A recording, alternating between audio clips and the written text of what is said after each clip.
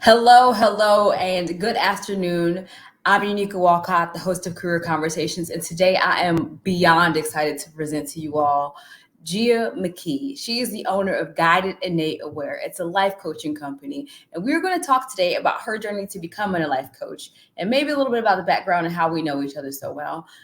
So again, thank you all for viewing the show. I hope you have a good time and that you were able to connect and learn some amazing things from G.I.A today. She's the owner of Guided Innate Aware. G.I.A, welcome to the show. It's like, hi, just kidding. Right? Like I clicked the button, it was like, nah. Well, you're here, and I'm glad that you have agreed to be a part of this journey with me. So thank you so much. I want to say hello to everybody watching on YouTube and LinkedIn and Facebook this morning. Thank you all Hi, so much for everyone. joining us. Okay, so in true career conversation style, I like to jump right into the conversation. And so, when you tell your family that you are a life coach, what do they think you do? Hmm. They think I tell people what to do. Just what to do. Like, okay, Yeah. go over here. No, it's not about telling people what to do. It's about quieting the brain so they can feel what their next move should be. We have this really conditioned habit of letting our brain take the lead. And your brain is just a manifestation of all of your experiences and memories. So you have to be careful depending on what your life path has been. That can be a really dark place that you're getting your future instructions from. Yeah, look, someone said already, it's Antonio Rosado. He says, Mom slaying, hi. So, and people are reacting. It's good. Thank you all so much. Hi, Antonio. Hi, Anna. She said, look beautiful. So, Thank we got some people watching and checking out already. So, and somebody already responded, said, great answer when we talked about what you actually do. you. So people are engaged, and so you said a lot of people kind of approach kind of life from like this place of like their mind and not really the heartfelt center of being. Is that what I'm getting, or am I not understanding? A lot of times the heaviest conversation I have, because you never want to devalue anything. But I'm asked, what's the difference between life coaching and therapy? And I've had both. And in my opinion, the therapist has boxes. They're looking to diagnose you. I'm not looking to diagnose you. I'm not looking to judge you. I am looking to deal with the thoughts that are within your subconscious that are actually keeping you from seeing your efforts come to fruition. I introduced a concept in the journal called the BBR, which I call the Brain Book of Reference. And it was actually a life experience. I realized that what my brain was saying and what my energy was feeling were two different things. And it kind of bugged me out because I've always thought that I was my brain and my brain is me. And Hmm. now we're just not. My brain is a part of my system, which I sometimes reference, but I try to stay away from the auto response because it normally comes from fear. Now that makes sense. The auto response of fear, our brain is kind of wired to keep us alive in a survival mode. And Yeah, so, and it's challenging because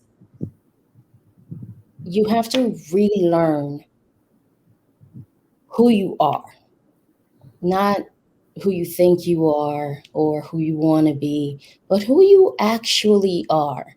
And is that person based solely on your experience, or is it something that you nurtured? And there are hmm. so many things that we stop nurturing, and younger generations stop even sooner. Hmm. And we kind of need to get back to okay, what am I thinking versus what I'm feeling? Am I thinking this because of what I'm feeling, or is this an actual logical thought? Oh, that makes perfect sense. I get it, because there's times you're like, okay, well, is this person meaning to be malicious or harmful to me? Or did I make this up in my head based on previous experiences? Like, for example, that's something I've had to try to be mindful of. Well, I was speaking to someone yesterday, and they didn't quite understand their reaction to an interaction that did not prompt the level of anger that they exude. And I asked, well, when you recall the memory, try to recall and pay attention to the thoughts that you insert that weren't an original factor in that memory. Like, your manager tells you to work overtime. And when you're sitting at your desk working the overtime because your manager says so, you're also inflicting certain statements upon yourself. Like, if I was braver, this is unfair. How come I never react to this? Those are the things that you want to pay attention to, the things that you insert into a memory that has already happened, because that is where your internal conversation is. And those are the thoughts that prompt your actions, not what's actually happening. So if a week before in your relationship you felt powerless, and now you're asked to do something you don't particularly want to do, but again, you feel powerless, you may actually have a reaction that is compiled from what happened to you last week that you couldn't react to and what's happening now. And maybe you're weighing your options. And the first thing I'm asked is, that takes too much time. It doesn't. It takes practice. And once you begin to practice, that time between you recognizing where that anger or sadness or whatever negative feeling is coming from gets a lot shorter. Your reaction time changes. You process it a lot quicker. And you're like, okay, that feeling has nothing to do with this situation. It has to do with some other stuff that happened to me. And I'm just going to smile and walk away. And that's powerful, and being able to reclaim your time and your power by practicing. We are definitely a little, I don't think it's a confusion. Mm-hmm. I think it's an intertwine of choices and habits. Hmm. We no longer know the difference between a choice we made and a habit we allowed to come to fruition. I tell individuals all the time, that's not a choice, that's a habit. Do not blame yourself for the habit. Understand that any part of healing comes with not only self acceptance of the things that you've done, but self forgiveness. Stop being so hard on yourself. Because if, I mean, what person just gets back up after you beat them up? Why would you do that to yourself? If you are trying to find the strength and the foundation to step up and do better, why would you beat yourself first? You're not at your best energy. Yeah, you're not. Yeah, so we got some comments. We said someone said I can imagine a lot of external pressures play in our thinking. They also posed the question: do you have tips on how to stop the reaction time? How do you stop your brain from going into overdrive? I call myself out really quick. I completely call myself out.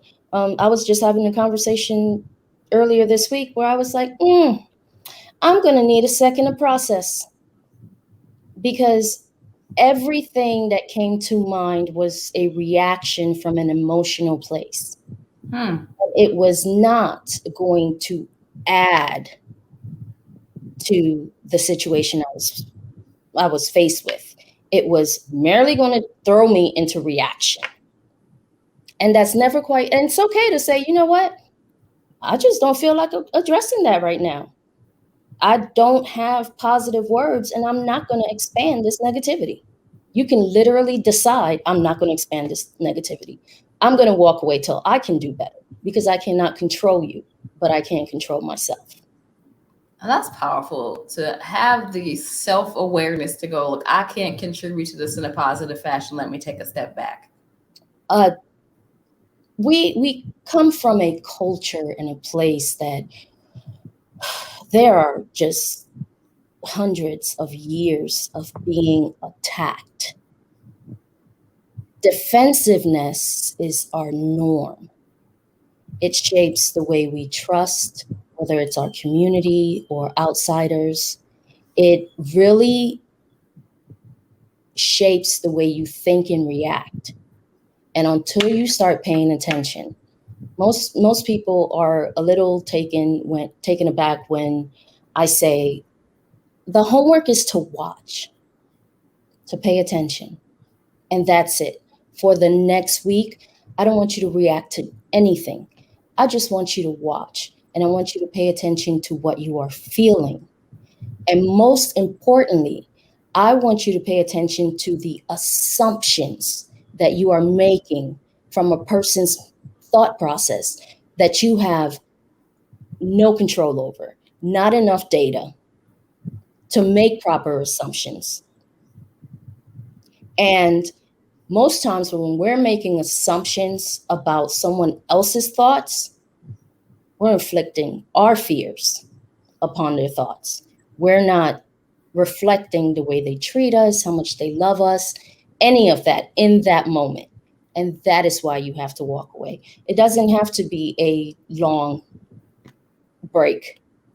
It could be like, let me walk around the block for 1 second. Mm-hmm. I'm just going to talk to myself a little bit, find out why my blood is boiling. And I am talking myself out of a bunch of actions in my head. And I'm going to come back. And I'm going to come back with a more rational mind and a more stable emotional state, because that's where the magic happens. Yeah, walking is magic for me too, for sure. This has resonated. People, someone said, great tip. Try to separate the emotion from the reality of the situation. Someone else said, so true. I agree. The walk and the take, step back is where the magic happens. And something I've learned from you over the years, you're like, look, like, did that actually happen, or did you just kind of make that up? Or these assumptions in your head? Like, let's talk about it. And so I'm really, really excited to share you with other people and the gifts that you are now finally offering to the rest of the world. Like it is huge. I don't know if you guys have been following on LinkedIn, but this week I talked a little bit about my relationship with G.I.A. I met G.I.A back in 2012, I think it was. Or, yeah. Yeah. Okay. So it was quite some time ago we met, and at one point she was actually, my supervisor and everything, and I was talking about making a move, and she was the person that kind of really said, look, there's nothing left for you. You need to take this leap of faith. And I'm gonna tell y'all, I was terrified, but that was like the last installment on the faith, leap that I needed to make to live the life I live now. Like 7 years later, I can't believe how things have turned out. But without that, I don't know that it would have been possible. I had to step out of my comfort zone and reevaluate some of the things and realize that, like she mentioned earlier, the way things happen in the past aren't always the predictor of the future. You have to take a step back and really process where is it coming from. I was having a conversation a few months ago now with my oldest, and I was trying to explain that I battle conditioning, whether it's from family, society, or the expectations of family and society. I said, when you look at the future, why do you have to look so far that it's dark? Why can't you just look at your next step, which is completely lit and a little less scary? So when I say we have to retrain our brain to see the difference between choice and habit, most of us aren't walking around making choices. We're walking around exuding habits. And some of those habits are not conducive To where you want to be. not to where you want to be or to who you are now. I mean, while many people that have been canceled needed to be canceled, there are some people that I'm like, oh, they're going to judge me on who I was 10 years ago? I was a Right. completely different person 10 years ago. I didn't have the tools, the understanding. I had more hate than love acknowledged within me, not within me, but acknowledged within me. Why? Because that was my engine for a really long time. I threw myself into adult world really early, and being pissed off got things done. But what happens when you're no longer the employee, you're up for manager? You are now dealing with people that may or may not run on the same engine. You can't attack them with validation of their negative feelings. You, as a manager, you have to kind of bring them back to, while we don't want you to be a robot, there are definitely certain behaviors that we expect in a professional atmosphere. But also managers don't really speak like that. No. Which is a more empathetic way of getting an idea across to your employee. By far. If you leave it to me, I'll just keep talking and you won't ask any questions. So I'm gonna be quiet. Yeah, I know. I'm enjoying what you're sharing so much, and I think that the audience is really resonated. But yeah, let's get into questions like, so what made you decide to become a life coach? Like, what was finally the push for you? It was a chain of events. In 2012, my mom was diagnosed with breast cancer. And me living in Atlanta and her being in New York, there was this great space of separation. And my mom and I were really close. I actually tried to feel bad about decisions I made when her diagnosis were not even on the cusp of life. That's insanity. Yes. I've been here since 2003. You're going to go back 10 years to grab a rock and hit yourself? Really? That's what we're choosing to do? So rather than fully jump into that pool of just feeling bad, I started listening to Wayne Dyer and Goddard and Abraham Hicks, and it was literally all I listened to. I needed to create a space of learning, which now I know I actually reverted to my youth because I grew up as a latchkey kid with books. I was reading all the time. That was my comfort level. My mom had always tried to influence me in being a kinder, more empathetic person. Yet the view that I had of the side effects of that behavior at that age wasn't positive. Yeah. Like, those people get taken. Why do you want me to be that person? As I've gotten older, I realized that in stepping out in kindness and empathy, you change the world. You change your world. You don't quite come across so many character attacks and personality attacks. And when you see it, you immediately recognize it. So you're able to shift and say, okay, this is not my pain. This is a side effect of that person's pain. And I'm just going to stay over here. I think my greatest battle in this journey has been recognizing judgment. We are taught to judge from very young. From the jokes between cousins about hair or outfit, or, you imagine little 3, 4-year-old walking around listening to all this commentary, it becomes normal. No one Mhm. sits you down and gives you a lesson on judgment. You pick it up. The challenge comes when you want to stop.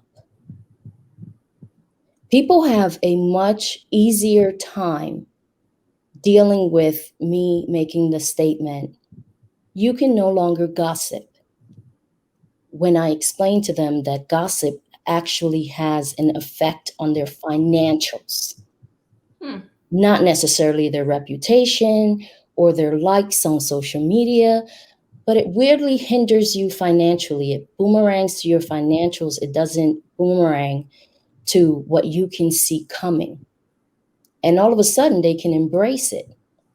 And sometimes I get really rough about it because I'm faced with a situation and they're asking my opinion, but it's not my situation and I don't have enough data. Right. But we're gossiping, is what we're doing, because we're entertaining ourselves with someone else's issue by debating and gathering details that is fundamentally none of our business. It's a distraction, it's a waste of time, and it is a negative injection into your vibration. And that may lead to something else. So you want to nip it in the bud when you feel it, but first you have to look at it. You have to recognize it. I really need water. Oh, that's good. So you're taking a sip, and someone had a question I wanted to put out there. Someone said, "Is it okay to say I'll see where life takes me instead of looking into the future?" It's a journey. It is perfect to have faith in your hard work, your efforts, your prayer. It is perfect to know that you are doing what you feel will blossom into what you want and not insert anxiety into it. You know, from the time we were young, that, oh, it's all on God's time. We've never committed to that clock. We've always wanted things instantly. So, yeah, you have to take a step back. I'll see where it takes me. Or as Abraham Hicks says, everything always works out for me. The bottom line is you don't know if it's going to work out or not work out, but you don't have to spend a bunch of time on and energy on imagining how it doesn't work out. I No, that's true. that's a choice. But it is not a choice until you recognize the habit of imagining worst case scenarios, if that makes sense. Yeah, so it's a habit, and then when you stop to take the awareness, like you said, spend the week observing, and then you can kind of come into consciousness about what's going on in your life, and then you could go, okay, I'm aware that I'm doing this thing habitually. Now Hmm. I get to choose. Is that what you're saying? Yeah. Like, you know what? I've been feeling bad about a memory I can't even bring to light anymore. But I approach everything I do with a memory I cannot recall. Hmm. You recall the emotion, you don't recall the actual energy. And it leaks into everything in your life. It becomes your pattern. So once you start paying attention to your pattern, you'll see things you like, you'll see things you don't like, you'll see things you don't like, but are definitely necessary for certain life battles. So while you don't want it to be a part of your daily armor anymore, you definitely want it in your bag of tricks. Because life is just not that simple. No, it's not. It's a combination of things. I'm like she's over here preaching to me today. Um, so what advice would you give to somebody who was interested in becoming a life coach or Um, Heal yourself. I went to, I've seen 2 therapists and a spiritual guide in the past 3 years. And each one of them has opened up a different part of me that I didn't know was there. Ah. So you can't help someone with a full tray. You've got to pay attention to your stuff first. And no matter how perfect you think your assessment is of someone else's situation, there is definitely work for you to do that can help without judgment. Judgment, I think, is my key word. It's like we've got to stop judging so harshly. Judging ourselves, judging each We other. judge everything. But well, as people of color, we come from a place of fear in this country. Like, it just is. Whether Yeah. you're talking about slavery, or you're talking about the police, or you're talking about corporate America, there's a bunch of fear. And I find it interesting that a lot of us don't ask, okay, am I actually in a bad place? Or am I just filled with bad memories and expectations? And it's just coming back at me. We Am don't I actually in a bad place? Yeah. Because not everything sounds the same. It could be the same exact sentence, and depending on your mood, it can sound like a compliment, it could sound like an attack, it could sound like a threat, depending on your mood. I mean, you ever smile at a person in the street and they roll their eyes? And you're like, really? Has nothing to do with you though, Smile? But we tend to judge that person rather than say, oh, God bless her. She couldn't receive a smile. like things got to be rough. Sensitivity. Yeah. So God bless her. May she work that out. May he work that out. Yeah. Someone said it's hard not to judge ourselves. Yeah. It is, I like to say, it is challenging to relearn how to see ourselves with greater empathy. Again, it's a habit. You want to transition from habit to choice. There are times that I do things that I'm like, girl, you're supposed to have a functioning brain. Woo. Yeah, I've definitely had those moments in life too. It's like, you did what? But why though? And sometimes I laugh, especially if it's a past event. I laugh because there's nothing I can do to change that except do better or do different. And then I can move forward. I laugh a lot at myself. Me too. You see me laugh at myself even here. If you watching the show, and I would goofing some stuff up and I just bust out laughing. And I'm like, well, let's see what It's happened. like, oh, that happened. Yeah. I was like, well, now I learned something new. I didn't know I could screw that up too. That's usually my response. But you know, that's compounded with how much loss you've experienced in your life, how much support you've had in your life. There's so many different variables that form a personality that it's one of the main reasons why I like life coaching, because life coaching is not about a bunch of psychological diagnosis that I have to write down symptoms and kind of place it into the box. I can approach each individual as a unique situation. And that is probably the most gratifying about life coaching. That's the part you love, is being able to go, look, this is this person. Let me view them from their whole being, and not like, these are the symptoms I'm seeing. Okay, this aligns with this diagnosis, but maybe it's not that sort of engagement or conversation. We're not looking for new titles or labels. We're like, okay, how do we teach you the skills so that you can come to your own solutions? Yeah, definitely. All our answers are within us. We just kind of edge you in asking the questions that you are not willing to ask yourself. And yes, there are some of those, no matter who you are. There are some questions you will not ask yourself.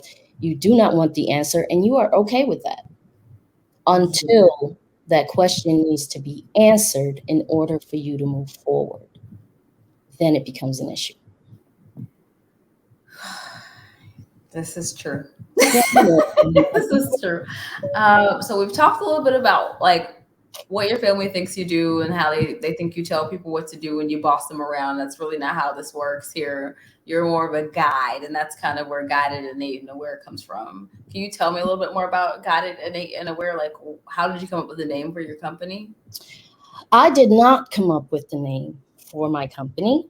One of my very best friends, Kristen Williams, I actually called her end of the month, and our 9 to 5 was the mortgage business, Yeah. and mine still is. But she said, "Look, I'll call you back. I do not have time for this right now." Oh, not your bestie. That's less hard. Ow! The next morning, she called back and she was like, "Girl, guided, innate, aware. The acronym is G.I.A. You good? Bye."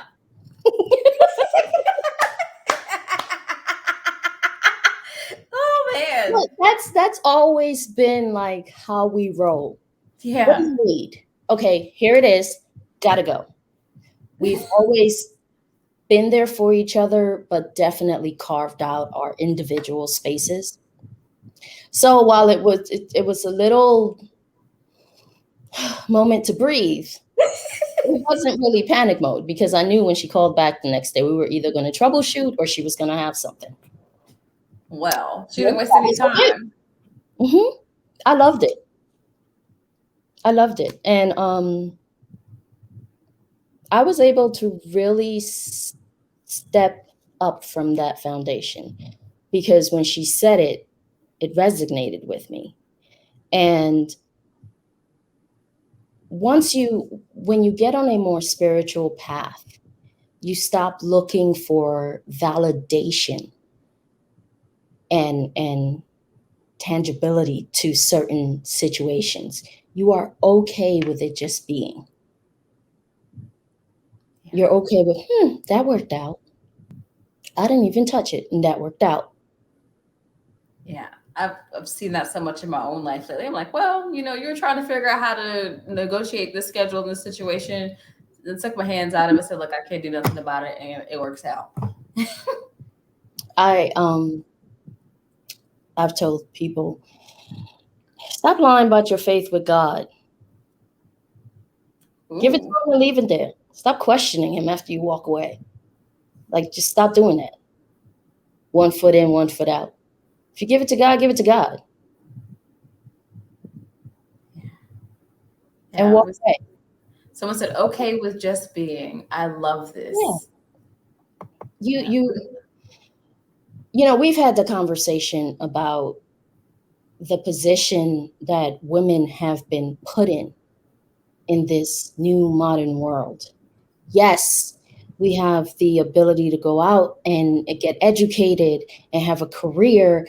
And wait a minute, who's going to do all the other stuff?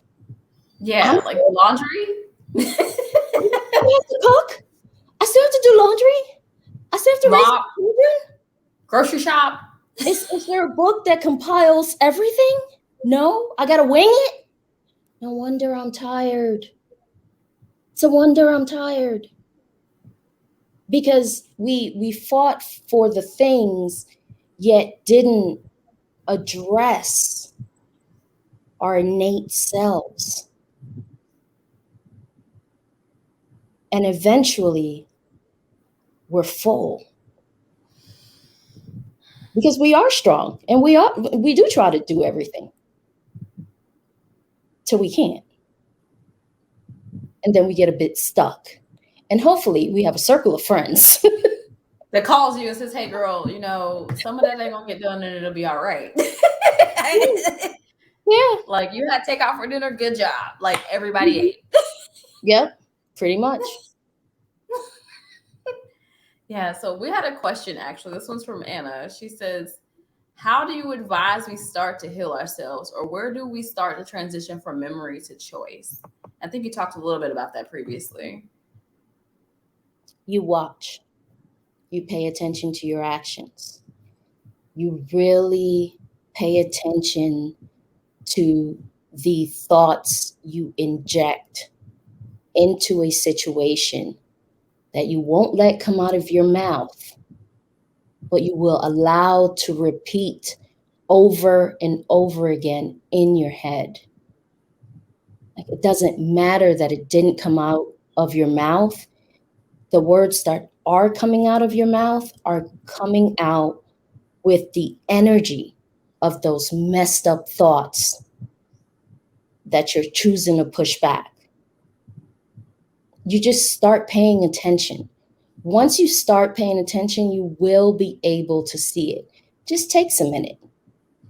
I mean, I've definitely had situations where I'm like, woof, I have way too many tools to have had that reaction. But I was either caught off guard, it was more than personal, like my children. Like, that's more than personal. Yeah. The life coaching goes out the window. The New York hood comes back in, and You said, look, I go to New York on my kids I sometimes. mean, it can happen, but it happens a lot less, and it happens eventually more in your mind than in real life.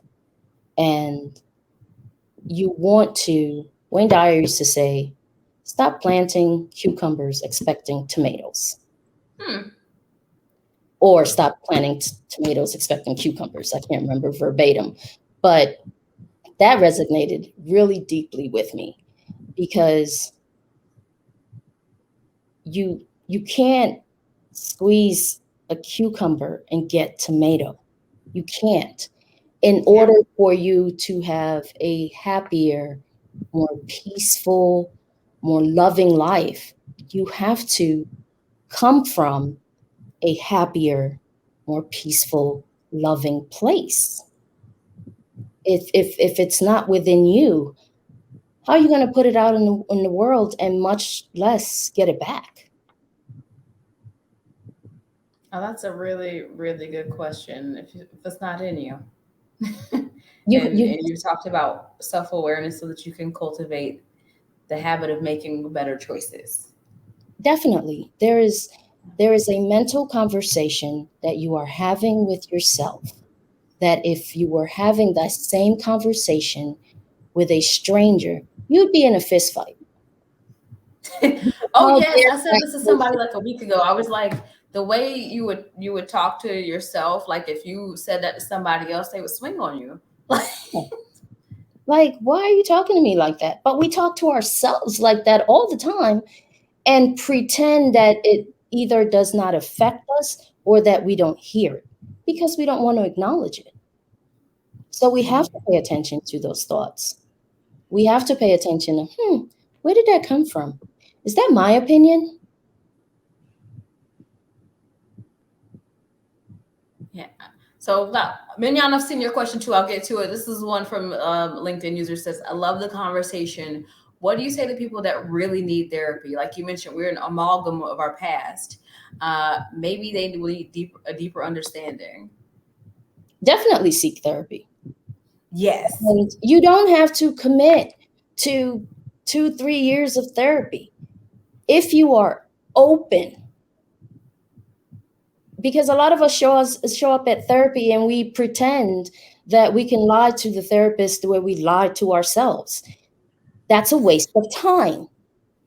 Go to therapy and address your real thoughts and feelings. There is a professional in front of you whom you are paying Yes.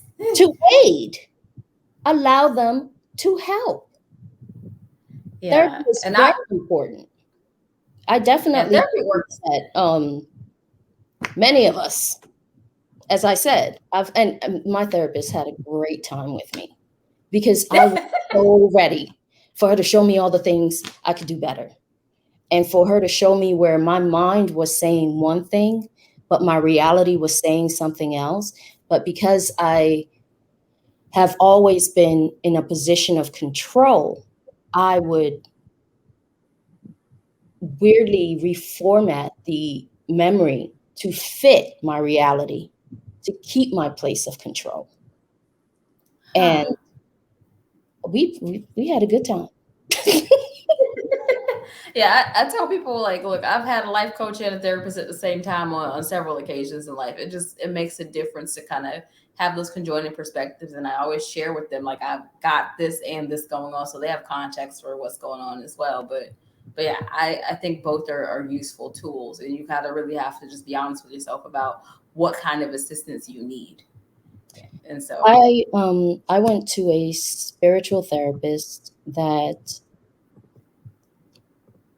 was a life changer.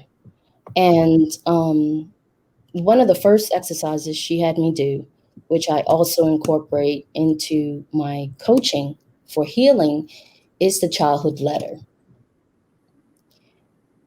You start from 7, 8 years old, and you are retelling your life to this person. But you retell it with love, forgiveness, and you reassure them that everything will be okay. And I think it took me 2, 3 weeks to write it, because it sounds like, yeah, I'm gonna just write. You'd be surprised how many things and experiences you just either moved to the side because you didn't want to deal with it, or it was too painful, or you were too angry. And you start writing those things down, and you start putting the effects of it, and what manifested from it, or how you thought it was a big deal, but it really turned out that it wasn't, or how you didn't feel validated because you were a child, and how you have been functioning in the need for the validation of that thing that happened when you were 8 years old. And what that does is it allows you to once again revisit that experience. And I don't have an eraser. There is nothing I can erase that has happened in your life. But I can teach you how to package it up a little neater, acknowledge that it's there, and put it away, and create a lot more room, because those things take up so much room in your ability to truly see your emotions and to be empathetic towards others. And those are the two things that you really need to heal: empathy towards yourself and empathy towards others. So if you start repacking those things, making them smaller, you're no longer carrying luggage. Now you got a little backpack. Yeah, I had some stuff going on in my life, but it's handled. that makes sense, to be able to reframe and repackage things. And so to that, I wanted to bring up Mignon's question. He said, what does forgiveness look like for you, both internal and external? Whew. Yeah, great question. That was a long journey. I'm not from this country. I was brought here when I was 8.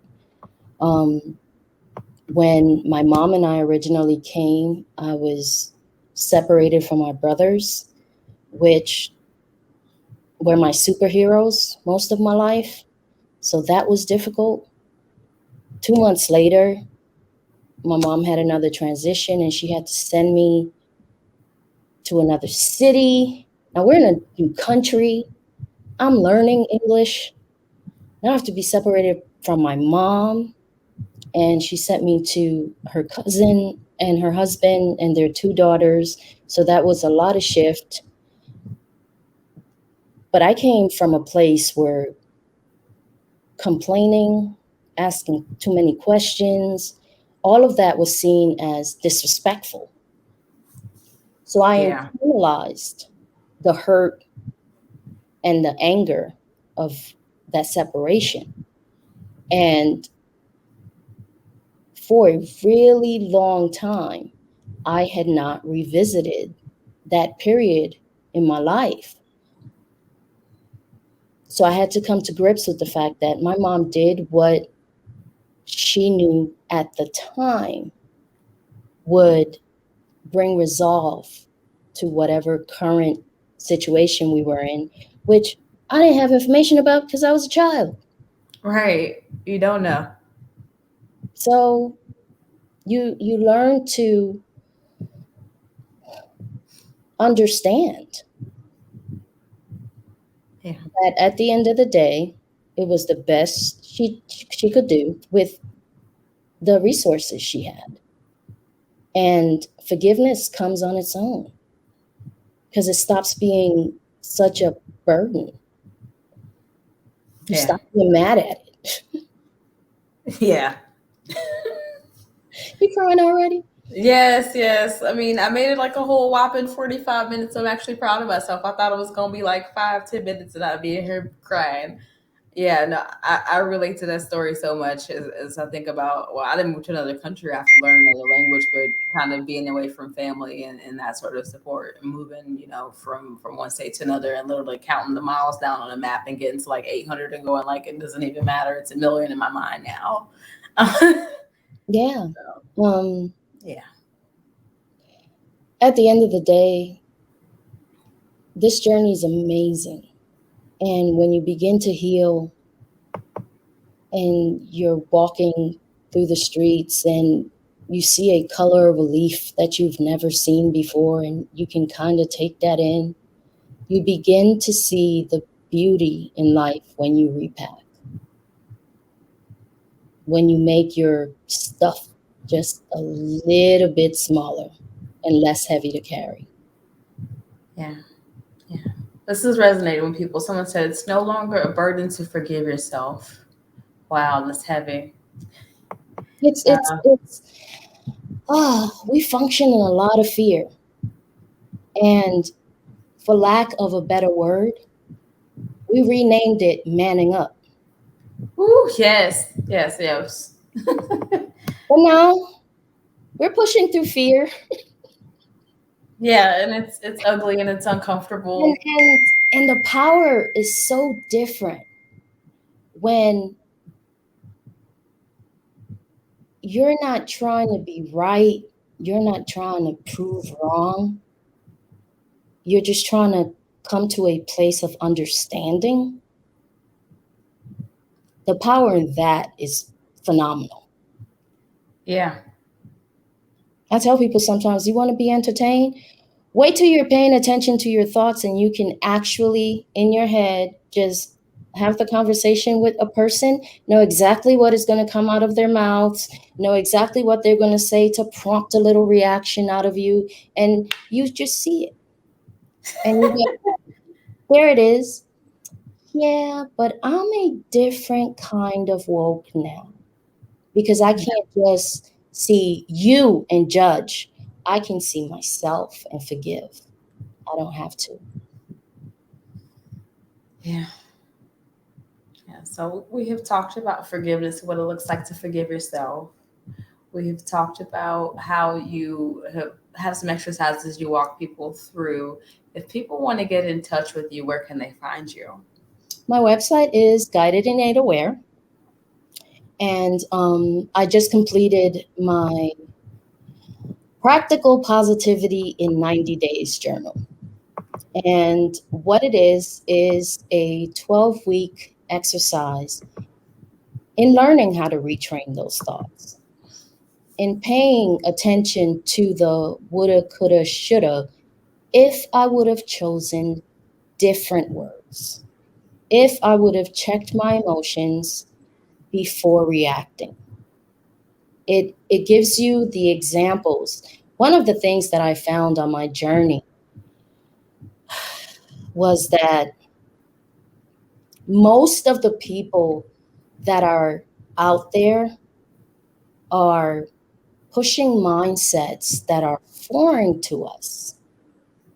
And by us, I mean people of color. Because it's like, no, it so doesn't work like that in my world. Like, that smiling crap can really bring some negative stuff to you in certain environments. So smile when you're at work. It's different when you're coming from a place that smiling can prompt someone to follow you to the subway station, like the Yes. whole way. Yes, Or the whole way. I had to learn that come to like a going to young New York lady one to come summer. at you because why are you smiling at my man? You know, it's a little. It's the world is it's a little bit different. So I Yeah. wanted to bring the language and the experiences that we can actually look at and say, yeah, I've seen that in my life. Not detail to detail, but I could see how I had the same exact reaction based from growing up, having it hammered into me that you cannot be a soft person. Right. And it's not just that you can't be a soft person, it's that you don't actually get a definition of what soft things are. So, depending on who you are in front of, all of a sudden, that more mature, older thing you did yesterday is frowned upon over here because it was soft. A lot of that conversation has to change. And when you start to heal, you start to see it. You start to see the friend that doesn't necessarily share her misery, but just implants enough into your thought process that you begin to judge her situation. Hmm. Misery spreads that way also. They don't have to stay and keep company with you. They could just drop it, and your thoughts will do the rest of the work for them. So you got to bob and weave a lot of that. But it's fun because you're like, this is easy. Why was I that person for so long? No one tapped you on the shoulder. We've talked about that. No one taps you on the shoulder and says, hey, I get it. You needed that armor when you were in that place. But now you are in this place. You got And to shed that. you have to shed that if you would like to move forward. That's very different from, ew, you hood. Very different, but people don't understand that. And I talk about that a little bit with people I'm mentoring. I'm like, look, when you step into corporate America and the space, there's words you got to choose because they don't understand where you're coming from, or it's just your way of being. Like it's a different process.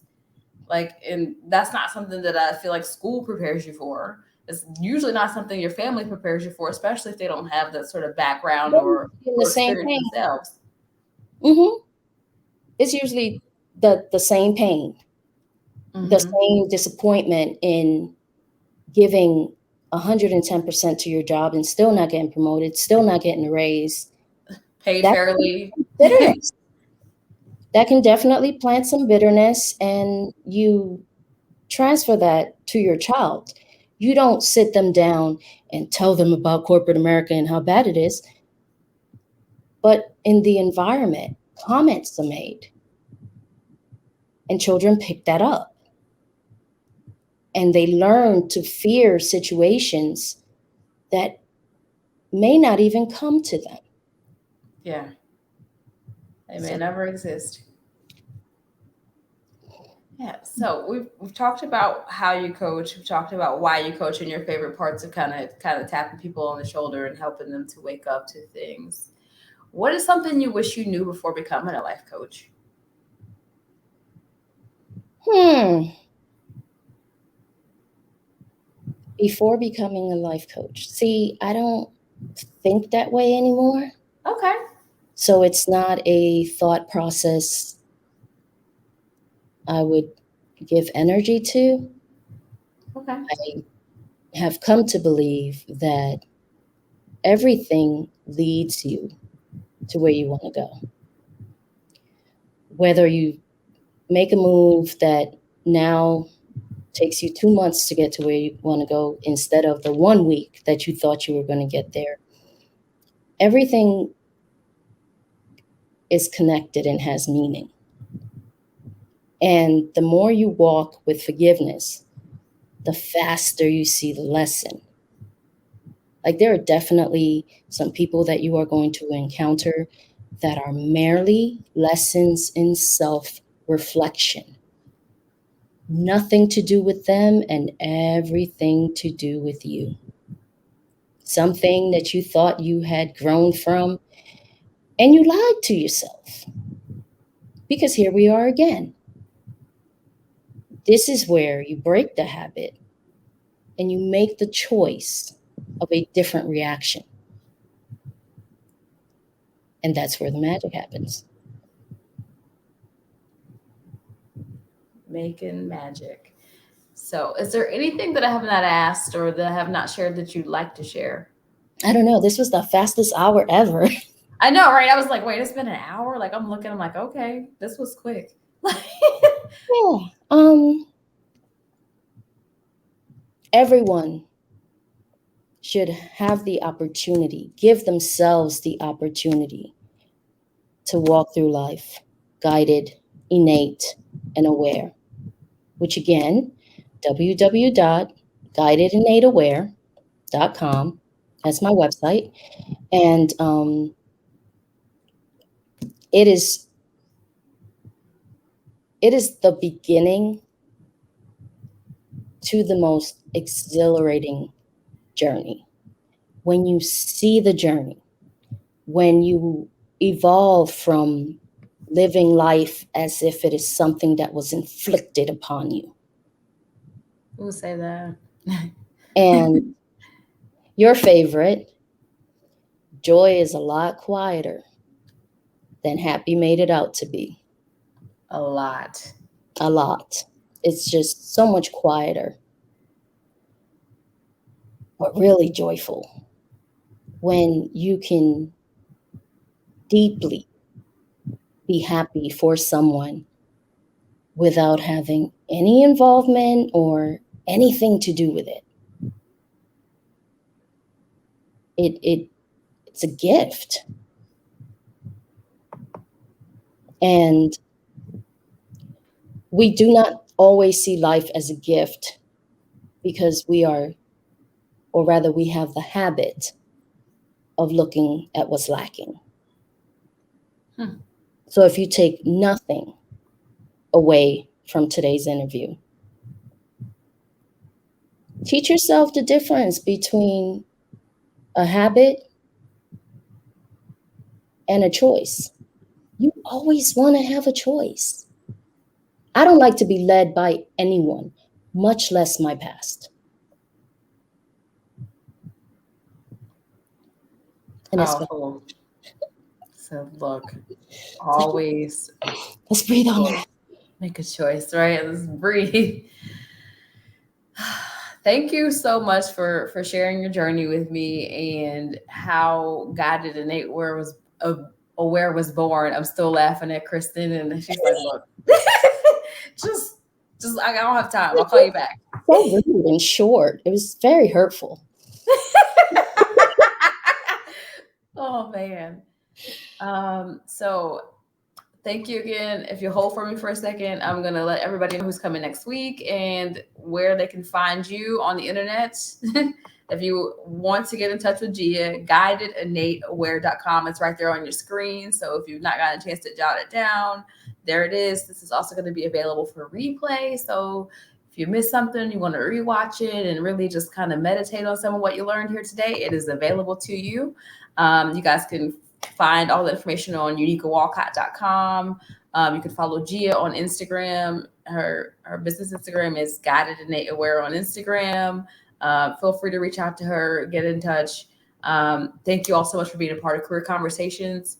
I'm your host, Unique Walcott, and next week I've got Joseph Akins. He is a manager at a Big Four accounting firm, and we're going to talk about his career journey. So love y'all. We'll be back next week. Thank you so much. Noon on Saturdays is Career Conversations. Thanks, Gia. End the broadcast.